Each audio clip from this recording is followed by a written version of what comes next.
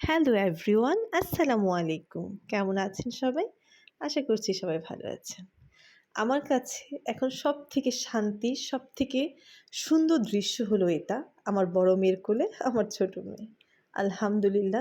তো আজকে পুরো পরিবার নিয়ে একটু বের হয়েছিলাম, যেহেতু ছোট বাচ্চা, ঘুরে ঘুরে শপিং করা বা বাজার করা কোনোটাই সম্ভব না। আর নিজের সংসারের জন্য অবশ্যই নিজের বের হতেই হবে। তো আজকে সবাই মিলে বের হয়ে গেলাম, একটু আগোড়াতে গিয়েছিলাম, ঈদের শুকনা বাজারগুলো শেষ করলাম। তো আগোড়া থেকে বনশ্রীতে, আগোড়ার উপরেই আড়ং আছে, তো যেহেতু আগোড়া এবং আড়ং একসাথেই, তাই চিন্তা করলাম এখান থেকে আজকে বাজারটা এবং শপিংটা শেষ করব। তো আলহামদুলিল্লাহ সবাই মিলে শেষ করলাম এখান থেকে বাজার। তারপরে দোতলায় আড়ংয়ে চলে গিয়েছিলাম, আমার ননদ, আমার শাশুড়ি, আমার 2 মেয়ে, আমার হাজবেন্ড, সবাই মিলে আড়ং থেকে বাবুদের জামাগুলো কেনা শেষ করেছি। আলহামদুলিল্লাহ খুব সুন্দর আজকে, মানে এত ভালো লেগেছে পরিবার নিয়ে আজকে অনেক দিন পর আমার বাসা থেকে বের হওয়া।